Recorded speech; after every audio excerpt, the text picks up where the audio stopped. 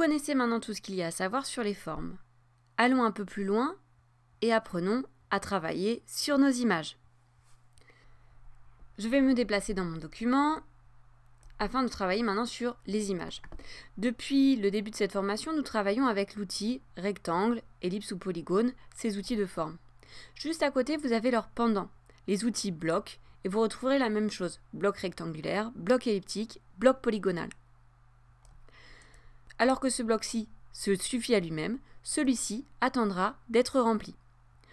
On les utilisera notamment pour les associer à des images. Je peux donc créer des blocs. Par exemple, je vais créer 3 blocs. À la différence de mes blocs rectangulaires, par défaut, ils n'ont ni forme ni contour. En revanche, ils ont des diagonales qui me permettent de bien visualiser mes blocs. Je peux donc les utiliser pour intégrer des images. Les différences entre ces blocs-ci et le bloc rectangulaire sont assez minimes et vous pourrez faire la même chose entre les deux blocs.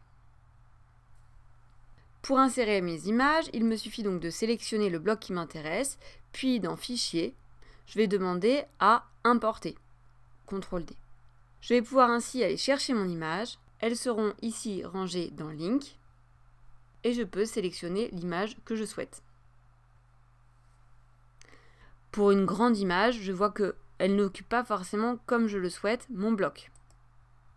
Pour le personnaliser, je vais cliquer dans ce bloc et toujours dans mon panneau Propriétés, je vais pouvoir modifier les ajustements. Si je souhaite remplir mon bloc proportionnellement, mon image va se réduire à minima pour occuper la globalité de l'espace de mon bloc. C'est en général l'option que nous choisirons pour nos images. Si je préfère utiliser l'option « Ajuster le contenu proportionnellement », cette fois mon image se réduit pour être visible entièrement dans mon bloc. C'est la fonctionnalité que nous utiliserons plutôt pour les logos. Vous pouvez bien sûr personnaliser ensuite votre contenu par rapport à votre bloc, mais dans ce cas, il sera déformé. A l'inverse, modifiez votre bloc pour qu'il s'ajuste par rapport à votre contenu. Ou troisième possibilité, centrez votre élément dans votre contenu, peu importe la taille qu'il a par défaut.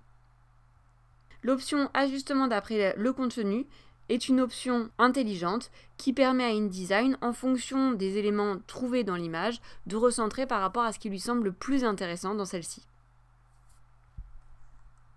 Je peux importer plusieurs images en même temps, sans avoir forcément mes blocs sélectionnés. Si je fais CTRL D, avec Shift, je peux sélectionner plusieurs images. Avec mes flèches de mon pavé directionnel, je vais pouvoir choisir l'image sur laquelle je souhaite travailler en premier lieu, et je peux maintenant cliquer dans mes blocs pour les insérer. Il n'est pas obligatoire d'avoir un bloc image pour insérer une image. Si je fais CTRL D, je pourrais également directement sélectionner mes différentes images. Je vais en prendre 4. Dans ce cas, je vais simplement effectuer un cliquer-glisser et mon image pourra s'insérer. Par défaut, elle aura la même proportion que la première image sélectionnée. Si je m'amuse à utiliser mes flèches directionnelles, par exemple une flèche en haut et une flèche à droite, je pourrai en plus insérer mes 4 images en même temps dans une grille. Mes options de blocs seront intéressantes, notamment si j'utilise mes blocs elliptiques, puisqu'ils me permettront rapidement de pouvoir insérer des images dans une forme ronde. Si je fais CTRL D à nouveau, je sélectionne plusieurs images.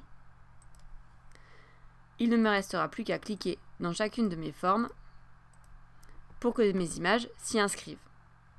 Encore une fois, je vais sélectionner l'ensemble de ces petits ronds, puis dans mon panneau Propriétés, partie Ajustement, je demanderai à remplir mon bloc.